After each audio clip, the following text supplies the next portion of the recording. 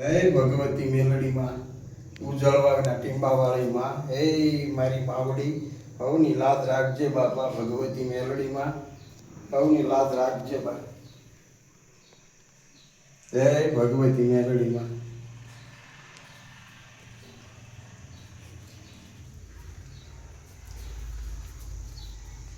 પણ મારી ભગવતી માં મેલડી માને બાપ મારી હાજા તાજા હવ સુખી અરે મારી માં મેલડી નો પરતા પણ યા ગોકુળિયા જેવું ગામડું નરડું યુજળવાવી ધામ મારી મેલડી માના બે હણા અરે માં ધન ધન મેલડી માં હે વાલા ભક્તો સેવકો પાકડા અને ઉજળવા રાજગઢની વચ્ચે ઉજળવા ગામ છે, ગોકુળિયું ગામ છે.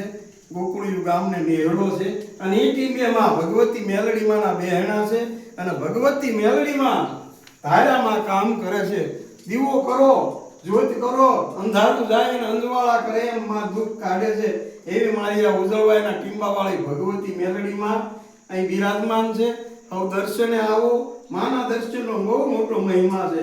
પણ મારી જગદંબા તું જો ગણી અને મારી જપીએ તમારા જાપ એ અખંડ મારી તારા દીવડા બળે અરે મારી ધન ધન મેલડી માં પણ મેલડી સવરટે એને વસે વિદેની માય પણ માનતા દીવાતણી રાખે અરે એના દુઃખ રે દાળિંદર જાય સમરે સપનામાં અને હોય દુઃખ સાગર જેવડું માત પણ ઈ તો દોડીને આવતી માવડી અરે મારી રાખે સોરુડાની રાજ.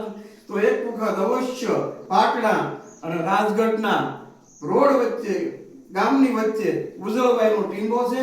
માં ભગવતીના બહેણા છે મેરડીમાંના અને ગોકુળિયા જેવું ગામ છે ઉજળવા. જરૂર પધારો, માં સૌની આશા પૂરી કરે, સૌ ભક્તોની મનોકામના પૂરી કરે એવી ભગવતી માં મેલડીના ચરણોમાં લોક સાહિત્યકાર પરસોત્તમ કાકડિયાના નમસ્કાર, વંદન, જય માતાજી. અને સૌ ભક્તોને, સૌ સેવકોને જય માતાજી, જય ભગવતી મેલડીમાં.